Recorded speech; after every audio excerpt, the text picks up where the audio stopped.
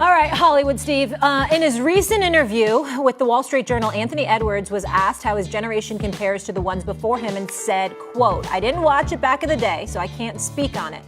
They say it was tougher back then than it is now, but I don't think anybody had skill back then. Michael Jordan was the only one that really had skill." You know what I mean? So that's why when they saw Kobe, they were like, oh my God. But now everybody has skill. Stephen A. Smith. Are Ant-Man's comments out of bounds? Of course they're out of bounds. Forgive the young buck for what he does not know. He openly admits his youth comes into play, and he's barely seen the older competition from back in the day. So he just doesn't know. Evidently, you know, he talked about Michael Jordan. He didn't see Charles Barkley play. He didn't see Larry Bird play. He didn't see Isaiah Thomas, one of the most skilled point guards this game has ever seen, a person that Michael Jordan has called the second greatest point guard in the history of basketball, behind one Irvin Magic Johnson himself, who Ant Edwards did not mention. So you take those things into consideration. Don't get me started with Larry Bird. I already threw that up in there.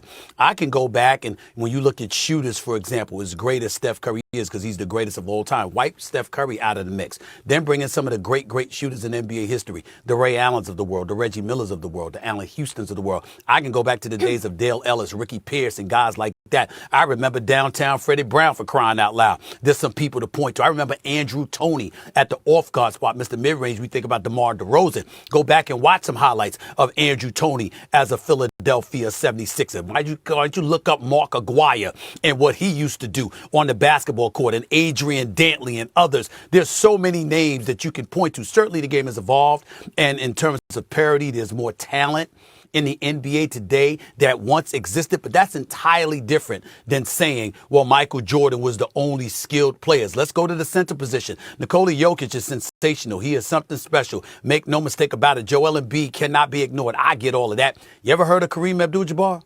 You ever heard of Wilt Chamberlain? You ever heard of these guys? You understand what I'm saying? Shaquille O'Neal, excuse me. I mean, he came after them, but still, he wasn't in the Ant-Man era. You look at the most dominant force I've seen in my lifetime.